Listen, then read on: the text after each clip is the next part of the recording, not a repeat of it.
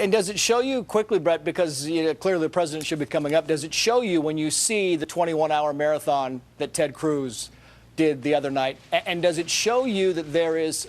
Good afternoon, everybody. Stand by. Here's the president. Before I discuss the situation in Congress, let me say a few things about two important opportunities in our foreign policy.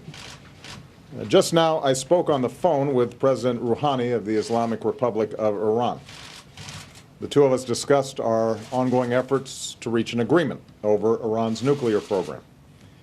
I reiterated to President Rouhani what I said in New York. While there will surely be important obstacles to moving forward, and success is by no means guaranteed, I believe we can reach a comprehensive solution. I've directed Secretary Kerry to continue pursuing this diplomatic effort with the Iranian government. We had constructive discussions yesterday in New York with our partners, the European Union, the United Kingdom, France, Germany, Russia, and China, together with the Iranian foreign minister. Going forward, President Rouhani and I have directed our teams to continue working expeditiously in cooperation with the P5+1 to pursue an agreement. And throughout this process, we'll stay in close touch with our friends and allies in the region, including Israel. Now, we're mindful of all the challenges ahead. The very fact that this was the first communications between an American and Iranian president since 1979 underscores the deep mistrust between our countries, but it also indicates the prospect of moving beyond that difficult history. I do believe that there is a basis for a resolution. Iran's supreme leader has issued a fatwa against the development of nuclear weapons. President Rouhani has indicated that Iran will never develop nuclear weapons. I've made clear that we respect the right of the Iranian people to access peaceful nuclear energy in the context of Iran meeting its obligations. So the test will be meaningful, transparent, and verifiable actions, which can also bring relief from the comprehensive international sanctions that are currently in place. Resolving this issue, obviously, could also serve as a major step forward in a new relationship between the United States and the Islamic Republic of Iran, one based on mutual interest and mutual respect. It would also help facilitate a better relationship between Iran and the international community, as well as others in the region, one that would help the Iranian people fulfill their extraordinary potential, but also help us address other concerns that could bring greater peace and stability in the Middle East. A path to a meaningful agreement will be difficult, and at this point both sides have significant concerns that will have to be overcome. But I believe we've got a responsibility to pursue diplomacy, and that we have a unique opportunity to make progress with the new leadership in Tehran. I also communicated to President Rouhani my deep respect for the Iranian people. Now, as I said before, this comes on the same day that we can accomplish a major diplomatic breakthrough on Syria, as the United Nations Security Council will vote on a resolution that would require the Assad regime to put its chemical weapons under international control so they can ultimately be destroyed. This binding resolution will ensure that the Assad regime must keep its commitments or face consequences. We'll have to be vigilant about following through, but this could be a significant victory for the international community and demonstrate how strong diplomacy can allow us to secure our country and pursue a better world. Now, America's security and leadership don't just depend on our military strength or our alliances or our diplomacy. First and foremost, America's strength depends on a strong economy, where our middle class is growing and everyone who works hard has a chance to get ahead. So let me say a few words about the situation that's developed over the past few weeks on Capitol Hill. Here at home, the United States Congress has two pressing responsibilities: pass a budget on time and pay our bills on time. If Congress chooses not to pass a budget by Monday, the end of the fiscal year, they will shut down the government along with many vital services that the American people depend on. The good news is, within the past couple of hours, the United States Senate, Democrats and Republicans, acted responsibly by voting to keep our government open and delivering the services the American people expect. Now it's up to the Republicans in the House of Representatives to do the same. I say that because obviously Democrats have a great interest in making sure that these vital services continue to help the American people. And so far, the Republicans in the House of Representatives have refused to move forward. And here's the thing. Unlike the last time they threatened this course of action, this debate isn't really about deficits. In fact, our deficits are falling at the fastest pace that they have in 60 years. By the end of this year, we will have cut our deficits by more than half since I took office. So that's not what this is about. And in fact, if you've been following the discussion, the Republicans in the House don't even make a pretense that that's what this is about. Instead, the House Republicans are so concerned with appeasing the Tea Party that they've threatened a government shutdown or worse unless I gut or repeal the Affordable Care Act. I said this yesterday, let me repeat it. That's not going to happen. More than 100 million Americans currently already have new benefits and protections under the law.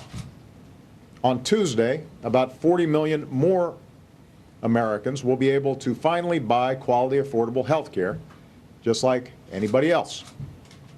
Those marketplaces will be open for business on Tuesday, no matter what, even if there's a government shutdown. That's a done deal. As I've said before, if Republicans have specific ideas on how to genuinely improve the law, rather than gut it, rather than delay it, rather than repeal it, I'm happy to work with them on that through the normal democratic processes. But that will not happen under the threat of a shutdown. So over the next 3 days, House Republicans will have to decide whether to join the Senate and keep the government open or shut it down because they can't get their way on an issue that has nothing to do with the deficit. I realize that a lot of what's taking place right now is political grandstanding, but this grandstanding has real effects on real people. If the government shuts down on Tuesday, military personnel, including those risking their lives overseas for us right now, will not get paid on time. Federal loans for rural communities, small business owners, families buying a home will be frozen. I'm already starting to get letters from people worried that this will have an impact on them directly. Critical research into life-saving discoveries will be immediately halted. The federal government has a large role across the country and touches the lives of millions of people, and those people will be harmed. And even the threat of a shutdown already is probably having a dampening effect on our economy. We saw that the last time these kinds of shenanigans were happening up on Capitol Hill.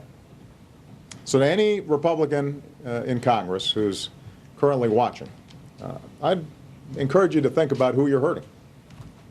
There are probably young people in your office right now who came to work for you without much pay because they believed that public service was noble. You're preparing to send them home without a paycheck. You've got families with kids back in your districts who serve their country in the federal government. And now they might have to plan how they're going to get by if you shut the government down. Past shutdowns have disrupted the economy, and this shutdown would as well. It would throw a wrench into the gears of our economy at a time when those gears have gained some traction. And that's why many Republican senators and many Republican governors have urged Republicans to knock it off, pass a budget, and move on. Let's get this done. This brings me to Congress's second responsibility. Once they vote to keep the government open, they also have to vote within the next couple of weeks to allow the Treasury to pay the bills for the money that Congress has already spent. I want to repeat, raising the debt ceiling is simply authorizing the Treasury to pay for what Congress has already authorized. Failure to meet this responsibility would be far more dangerous than a government shutdown. It would effectively be an economic shutdown with impacts not just here, but around the world. We don't fully understand what might happen, the dangers involved, because no Congress has ever actually threatened default. But we know it would have a profound destabilizing effect on the entire economy, on the world economy, because America is the bedrock of world investment. The dollar is the reserve currency. The debt that is issued by the Treasury is the foundation for our capital markets. That's why you don't fool with it. Now, some Republicans have suggested that unless I agree to an even longer list of demands, not just gutting the health care law, but cutting taxes for millionaires or rolling back rules on big banks and polluters or other pet projects that they'd like to see, and they've been trying to get passed over the last couple of years, that they would push the button, throw America into default for the first time in history, and risk throwing us back into a recession. Now, I am willing to work with anybody who wants to have a serious conversation about our fiscal future. I've demonstrated that by putting forward serious reforms to tax and entitlement programs that would bring down our long-term deficits. I have said in the past, and I will continue to say, that I'm willing to make a whole bunch of tough decisions, ones that may not be entirely welcomed by my own party. But we're not going to do this under the threat of blowing up the entire economy. I will not negotiate over Congress's responsibility to pay the bills that have already been racked up. Voting for the Treasury to pay America's bills is not a concession to me. That's not doing me a favor. That's simply carrying out the solemn responsibilities that come with holding office up there. I don't know how I can be more clear about this. Nobody gets to threaten the full faith and credit of the United States just to extract political concessions. No one gets to hurt our economy and millions of innocent people just because there are a couple of laws that you do not like. It has not been done in the past. We're not going to start doing it now. I'm not going to start setting a precedent, not just for me, but for future presidents, where one chamber in Congress can basically say each time there needs to be a vote to make sure Treasury pays its bills, we're not going to sign it unless our particular hobby horse gets advanced. Imagine if you had a Republican president and a Democratic speaker, and the Democratic speaker said, well, we're not going to pass the debt ceiling unless we raise corporate taxes by 40%, or unless we pass background checks on guns, or whatever other list of agenda items Democrats were interested in. Does anybody actually think that we would be hearing from Republicans that that was acceptable behavior? That's not how our constitutional system is designed. We are not going to do it.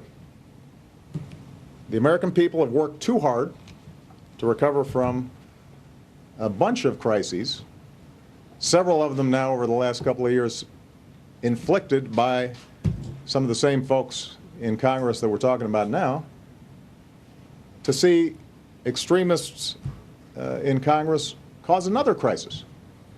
And keep in mind, by the way, this whole thing has to do with keeping the government open for a few months. The continuing resolution, the